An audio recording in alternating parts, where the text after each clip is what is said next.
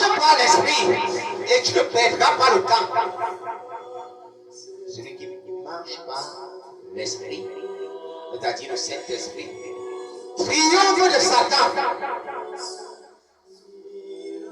Mon frère Saint-Christ, pourquoi tu veux mépriser le Saint-Esprit? Alors que pendant qu'il était en pleine œuvre, créant la terre, accompagné du Père et de Jésus-Christ, toi tu ne savais même pas encore que tu allais venir au monde. Au commencement, Dieu créa les cieux et la terre. La terre était informe et vide. Où étais-tu, homme, qui te vante que tu peux marcher maintenant? Dans cette terre, il y avait des ténèbres à la surface de l'abîme. Et l'Esprit de Dieu se mouvait au-dessus des eaux. L'Esprit qui t'a créé. L'Esprit de Dieu qui habite en nous lorsque nous acceptons Jésus. Laisse cet esprit te dire les choses telles que le Père l'a établi, les a établies. Et l'Esprit te donnera cette connaissance si et seulement si tu acceptes d'abord Jésus-Christ en vérité. Il ne s'agit pas d'avoir une bouteille de whisky ici, une bouteille de 33 ici, et à ta bouche, la bouteille de Coca-Cola, mélange, soit hétérogène, que tu veux faire, soit pour appeler quel esprit. L'esprit qui arrive, quand tu es ivre, n'est pas l'esprit de Dieu. Esprit démoniaque. Cet esprit vient t'amener à détruire tes organes.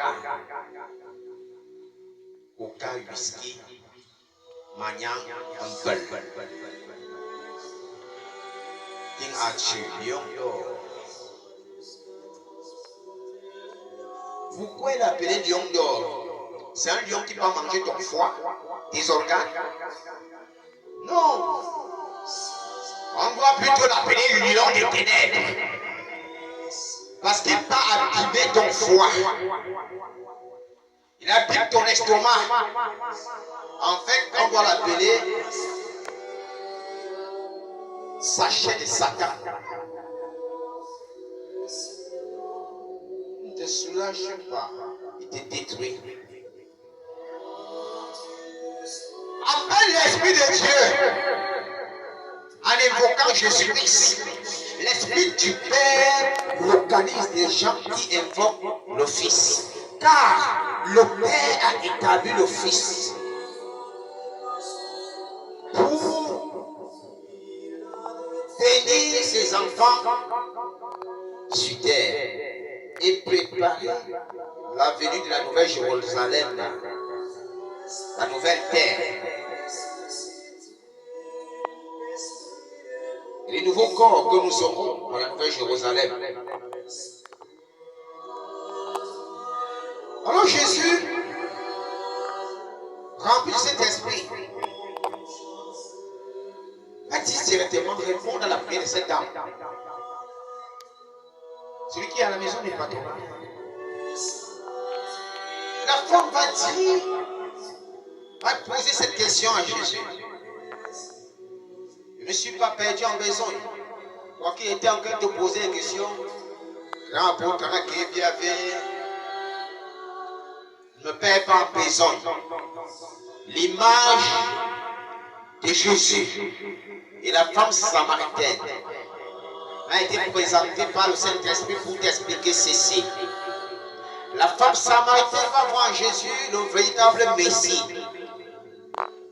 Elle va poser cette question à Jésus-Christ. Rabbi, tu es vraiment le véritable, celui qu'on attend depuis, le Messie. Celui qui doit nous sauver, celui qui doit nous donner la vie éternelle. Nous les Samaritains, nous disons que pour vénérer Dieu, il faut aller dans les montagnes et hauts lieux. Vous les Juifs, vous dites que il faut aller dans les synagogues. Ou vous, Rabbi,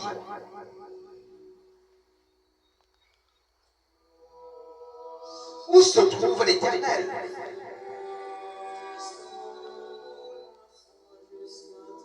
Est-ce dans les hauts lieux, les collines, comme tu vas aller en pleine pluie monter à Elomben, comme ça que tu glisses comme le porc qu'on veut donner pour la dot, le fuir, celui qui va l'égorger.